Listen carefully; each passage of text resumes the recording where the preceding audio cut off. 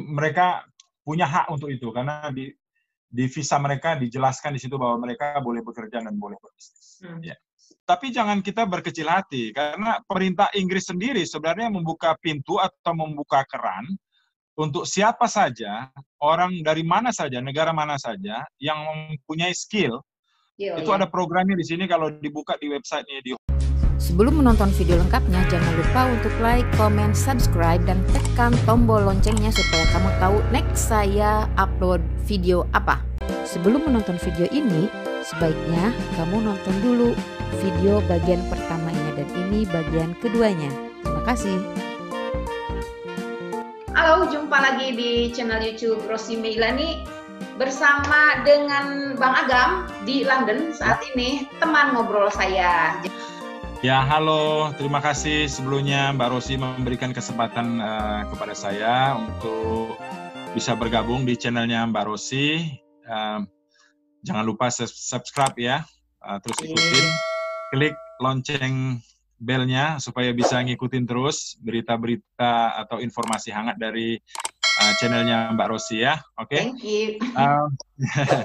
Ya, jadi posisi-posisi pekerjaan orang Indonesia yang di Inggris, khususnya di London, di komunitasnya atau teman-temannya Mas Agam itu ya beragam. Mas Agam beragam.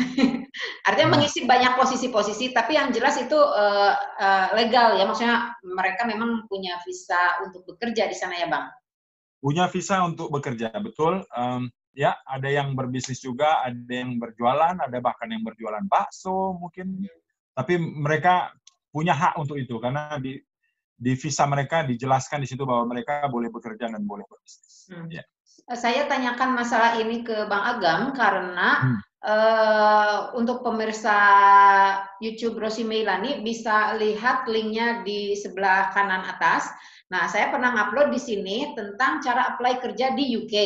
Jadi saya mewawancarai Aryo, dia kan orang engineer, tapi komentar di bawahnya adalah banyak yang menginginkan sekali untuk bisa kerja di Inggris tanpa keahlian, tanpa kemampuan atau skill yang spesifik, pengen kerja di Inggris.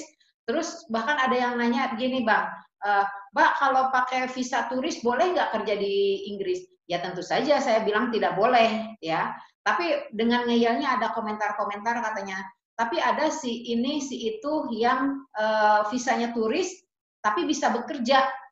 Nah, gimana tuh menurut Bang Agam? Iya, baik. Terima kasih pertanyaannya. Jadi sudah ada peraturan ketat oleh pemerintah Inggris, khususnya masing-masing negara juga ada peraturan ketat. Bahkan kalau kita ke Singapura pun dengan visa turis kemudian kita bekerja, itu bisa menimbulkan masalah karena kita melakukan pelanggaran hukum di situ. Nah, secara normatif kalau kita datang ke Inggris dengan visa turis, maka itu hanya berlaku sebagai visa turis. Karena tidak ada keterangan di visa itu bahwa kita boleh bekerja atau recourse public fund, atau menerima dana publik ya, seperti benefit dan lain-lain gitu, atau mungkin kesehatan gitu ya. Jadi terus terang perbuatan seperti ini sebenarnya mengandung resiko. Ini perbuatan yang menurut saya ya ilegal. Seperti menantang peraturan pemerintah setempat gitu. Jadi menurut saya sebaiknya, saran saya juga sebaiknya hal ini jangan dilakukan gitu karena ini resikonya berat. Kalau bisa itu terserah ya, kalau bisa kata orang itu terserah. Tapi yang jelas bahwa peraturan ini jelas bahwa visa turis hanya digunakan untuk turis, tidak untuk bekerja. Jadi kalau ada yang tetap menggunakannya, maka dia bersiap-siap untuk menanggung resiko, bisa jadi di penjara, ya, bisa jadi kena denda, bisa jadi di-ban, ya, dilarang setelah dideportasi, dilarang masuk ke negara UK untuk 10 tahun, dan juga ini nanti efeknya akan karena mereka kan network ya, bekerja sama dengan Schengen, Uni Eropa, bisa jadi Inggris memberikan informasi kepada Schengen, memberikan informasi kepada Amerika untuk memban atau hal mencekal, lain, ya mencekal orang ini untuk masuk ke negara yang bersangkutan. Gitu. Tidak pun memberikan informasi, tapi selalu ada pertanyaan apakah Anda pernah dicekal masuk oleh negara lain. Nah, ini juga menjadi pertanyaan nantinya sewaktu yang bersangkutan mengajukan visa ke negara lain. Nah, jadi saya berharap ada informasi-informasi yang menyesatkan seperti, oh boleh kok bekerja dengan visa turis itu. Salah. Saya pikir nggak ada dasar hukumnya. Saya tidak menyarankan untuk seperti ini gitu. Tapi kalau ada yang mau ambil risiko itu di luar daripada tanggung jawab kita gitu. Ya masing-masing tanggung jawab pribadi. Apalagi sekarang dalam musim pandemi begini kan kebanyakan orang yang tidak ada skill khusus dan bekerja apa aja deh, yang penting kerja. Kebanyakan mereka itu kerjanya kan ilegal, gaji yang langsung keterima di tangan tuh yang tanpa skill, tanpa apa. Itu namanya cash in hand namanya. Cash in hand, oke. Jadi, jadi orang-orang yang ilegal ini memang mereka biasanya cash in hand gitu ya. Jadi ya udah nggak ada struknya, nggak ada bayar pajaknya, nggak usah bilang-bilang juga. Dan mereka seperti cincai sama si yang mempekerjakannya gitu ya Bang ya. Nah itu karena tidak tercatat oleh negara, nggak bayar pajak juga di saat sekarang pandemi kayak gini. Kalau kita-kita yang berhak untuk mendapatkan furlough atau bantuan dari pemerintah, mereka itu nggak dapat sama sekali ya Bang. Nah itu dia, jadi karena mereka tidak tercatat, dengan apostrofi ya, kata lain itu cash in hand, bayar langsung di tangan tanpa membayar pajak, dan sebagainya, maka pada saat masa pandemi seperti ini, memang mereka tidak mendapatkan apa-apa, karena tidak ada data dari pemerintah, tidak ada catatan bahwa mereka ini membayar pajak misalnya. Nah ini juga masalah-masalah lain yang saya sebutkan 3 tadi, yang seperti tertangkap, ya, dipenjarakan misalnya, atau seperti dideportasi, dicekal masuk gitu. Jadi ada masalah lain pada saat pandemi ini. Mereka-mereka ini yang cash in hand akhirnya tidak ada pekerjaan untuk 2 bulan atau 3 bulan karena mungkin restorannya tutup. Nah, dari mana mereka mendapatkan uang? Akhirnya kelaparan, nggak tahu kemana. Penerbangan untuk kembali, mau pengen balik juga penerbangan tidak ada sekarang. Tidak ada penerbangan untuk kembali ke... Makin ditunda mungkin visa dia juga semakin habis, visa turisnya atau pasportnya juga habis, dan visa ya yang pentingnya. Ya itu, jadi celaka sendiri mereka itu yang apa namanya, tenaga-tenaga ilegal kayak gitu ya. Nah, itu dia. Jadi kita lihat dalam apa namanya big picture-nya ya, gambaran besarnya ya seperti itu gitu. Bahwa banyak disadvantage atau tidak untungnya gitu untuk orang-orang yang saya paham bahwa ada niat, oh saya kan untuk menghidupi keluarga saya untuk apa namanya, untuk membantu kehidupan lebih baik. Boleh, kita punya niat yang baik, tapi kalau ikhtiarnya salah dengan jalan yang salah, maka apa namanya, semuanya bisa menjadi rumit gitu, semuanya bisa menjadi salah. Iya. Jadi sebaiknya niat yang baik dilakukan dengan cara yang baik dan mengajak pada kebaikan. Jadi niatnya baik untuk menghidupi keluarga, tapi jalannya salah, caranya salah, malah ngajak-ngajak orang untuk salah gitu ya. Ya, jangan sampai kita mengajak, ya betul Mbak Rosi. Satu lagi, jangan sampai kita mengajak orang untuk berbuat kesalahan. Karena kita sebagai warga negara, kita ingin warga negara yang baik, kita ingin melakukan sesuatu yang baik. Kita mengajak yang baik. Kita tidak menjerumuskan kawan-kawan kita, sahabat sebangsa setanah air untuk melakukan sesuatu yang salah gitu. Jadi kita sarankan kepada sahabat-sahabat, kawan-kawan sebangsa dan setanah air untuk melakukan sesuatu yang baik. Kalau memang ingin bekerja, ada jalur yang benar. Ya, ada jalur yang benar, ada jalur yang legal untuk bisa. Kalau misalnya ada yang bilang gini, jujur banyak juga yang nge-DM ke saya tentang hal ini. Ya salah satunya ada yang mau tanda kutip ngurusin gitu. Percaya nggak, Mbak? Kalau ada yang mau ngurusin kayak itu, wah saya nggak tahu ya. Takutnya uang udah masuk, terus kamunya nggak bisa ke sini, terus dia bisa ke Inggris, tapi nggak bisa bekerja, cuman bisa ke Inggris aja, cari kerjaan tanggung sendiri. Ya buat apa? Resiko juga dong ya Bang ya? Iya. Jadi sebaiknya dipikirkan lagi itu. Jangan cuma kita bisa traveling, bisa melakukan perjalanan, kemudian di sini kita luntang-lantung, terlunta gitu. Khususnya kalau musim dingin, landing di sini itu dingin. Kalau memang kita nggak ada tempat tinggal, untuk berteduh itu bahaya sekali. Kita bisa sakit, ya. Kemudian kita bisa juga digaruk sama kamtipnya di sini gitu loh. Digaruk bahwa kita ini jadi homeless, melutang-lantung di Inggris gitu. Jadi kalau ada yang nawarin atau ayo kalau kamu kerja sini sama aku diurusin atau misalnya tapi nggak jelas kerjanya gimana, lebih baik pikir-pikir ya Bang? Ya, lebih baik pikir-pikir dulu, karena terus terang jangan sampai saudara-saudara saya, sahabat saya sebangsa setanah air terjebak dalam namanya human trafficking. Ya, banyak di sini orang yang terjebak kepada perdagangan manusia. Seperti misalnya begini, iming-iming ini saya ambil contoh kasar ya. Saya bisa janjikan kamu kerja di Inggris atau di Amerika misalnya. Katakanlah di Inggris dengan uang 80 juta. Gitu, berangkat. Nah, sampai di sini kerjaannya nggak jelas, apa yang dikerjakan, belum nanti mengerjakan sesuatu, baru 1 minggu, 2 minggu sudah kena tangkap kemudian dideportasi. Nah, ini harus dipikirkan seperti ini. Jangan kita mikir, oh enak nih sepertinya, mikir enaknya aja, tapi tidak memikirkan akibat yang ditimbulkan gitu. Karena jalannya sudah salah, jalannya sudah ilegal gitu. Iya. Nah, jadi kita yang dikhawatirkan soalnya mungkin karena sebagian orang Indonesia berpikir wah kerja di Inggris nih kayaknya gajinya gede nih kayaknya mudah, padahal sebenarnya tidak semudah yang dibayangkan ya Bang ya, perlu perjuangan juga kan? Betul. Perlu perjuangan untuk bisa ke sini. Nah, tapi jangan kita berkecil hati karena pemerintah Inggris sendiri sebenarnya membuka pintu atau membuka keran untuk siapa saja, orang dari mana saja, negara mana saja, yang mempunyai skill, itu ada programnya di sini, kalau dibuka di websitenya, di Home Office itu ada namanya HSMP, visa ya, bahasa HSMP, HSMP. Jadi untuk siapa-siapa yang mempunyai skill, HSMP itu singkatan dari High Skill Migrant Program.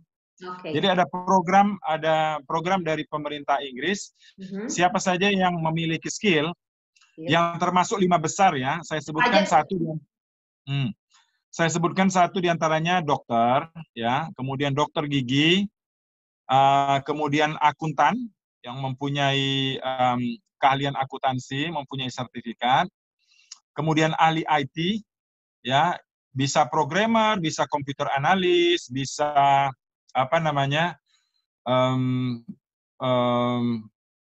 macam-macam ya untuk memprogram sebuah komputer, intelligent vehicle kita sebut artificial intelligence ya. Kemudian ada satu lagi yang paling banyak dibutuhkan ini adalah nurse atau pelawat.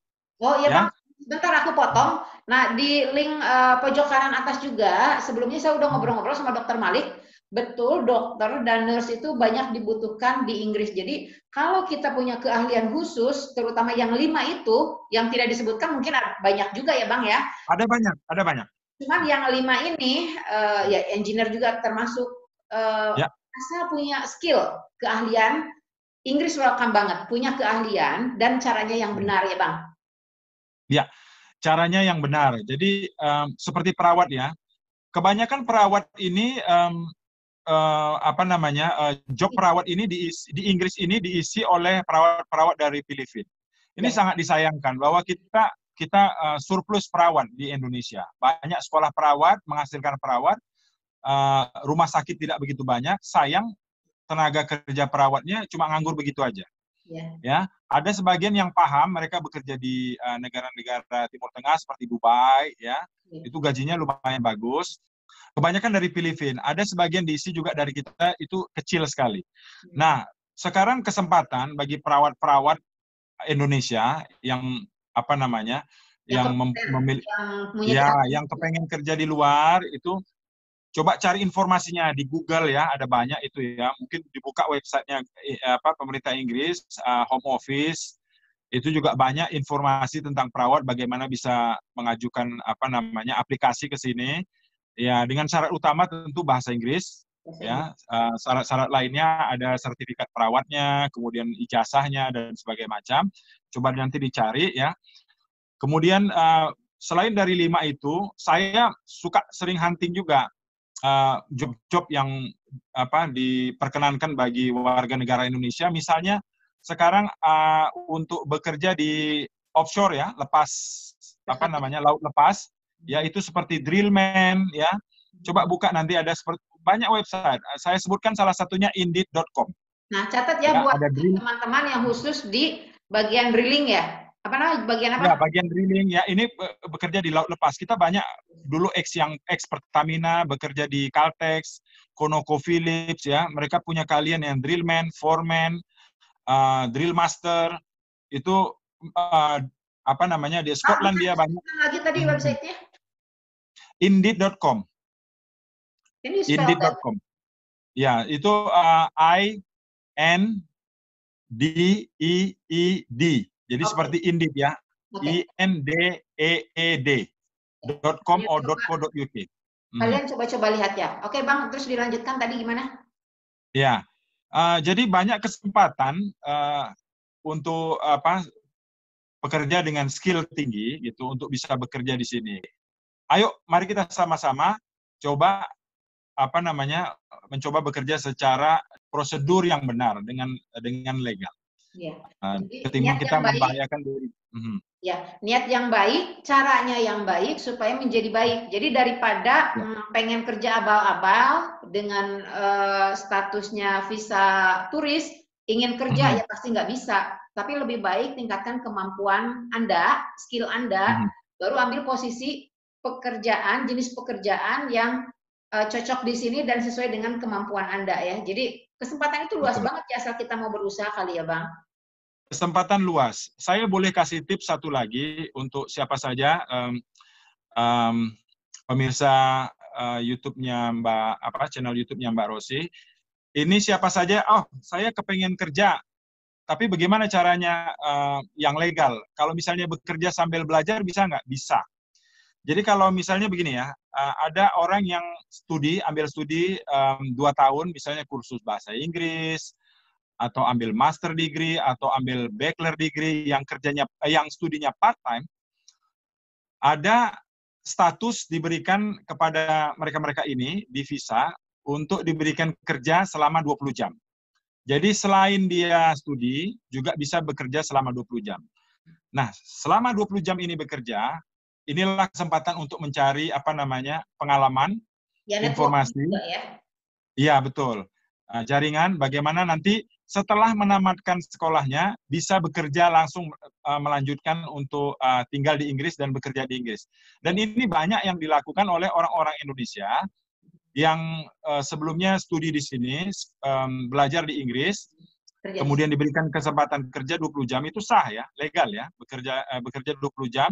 Kemudian ternyata aku sekolah akuntansi, pernah bekerja di kantor akuntansi dan aku pengen terus melanjutkan di Inggris. Nah, itu kesempatan baik sebenarnya bisa untuk melanjutkan tinggal di Inggris dan bekerja secara legal. Ya, itu juga yang dilakukan oleh Aryo yang linknya di pojok kanan atas. Jadi dia memang kuliah di sini, habis kuliah ya kerja di sini, tapi kalau nggak salah itu kan harus yang bukan beasiswa ya, bukan mahasiswa, beasiswa maksudnya. Tapi betul. Kalau menurutku nabung aja dulu, kuliah di sini, nanti kerja di sini, ya nggak sih? Bisa, nabung dulu. Asal jangan beasiswa, karena beasiswa itu biasanya terikat dengan si pemberi beasiswa. Kita harus kembali ke negaranya untuk ya, timbal balik lah, balas budi. Betul. Iya. Oke deh Bang, ini karena udah terlalu lama ngobrol-ngobrolnya, mungkin nanti mau di luar mumpung cuaca lagi bagus tuh bisa jalan-jalan sama keluarga. Jalan-jalan kan, stay at home ya. Stay at home, siap. Kita main-main di kebun belakang aja. Oke deh Bang, terima kasih ya Bang, udah nyempetin ngobrol-ngobrol di channel YouTube Rosi Mailani. Mudah-mudahan video ini membawa manfaat ya Bang ya, seenggaknya memberikan pencerahan, begitu pengalaman kerja Bang Agam di sini, terus ada tipsnya gimana, jadi menyemangati juga untuk bisa kerja di sini bagi teman-teman di Indonesia. Oke Bang, terima kasih. Jangan lupa untuk like, komen, subscribe, dan tekan tombol loncengnya supaya nanti kamu tahu next saya upload video apa. Makasih ya Bang ya. Sampai terima kasih sama-sama ya. Bye-bye. Bye. Kapan-kapan kita jumpa lagi, kapan-kapan kita ngobrol lagi ya Bang. Nanti kalau ke London aku jumpa ya. Ya, kemungkinan kita akan bicara topik yang lain nanti kalau ada kesempatan dan waktu ya. Oke. Ya. Makasih ya Bang ya. Sama-sama, terima kasih. Makasih. Bye. Bye.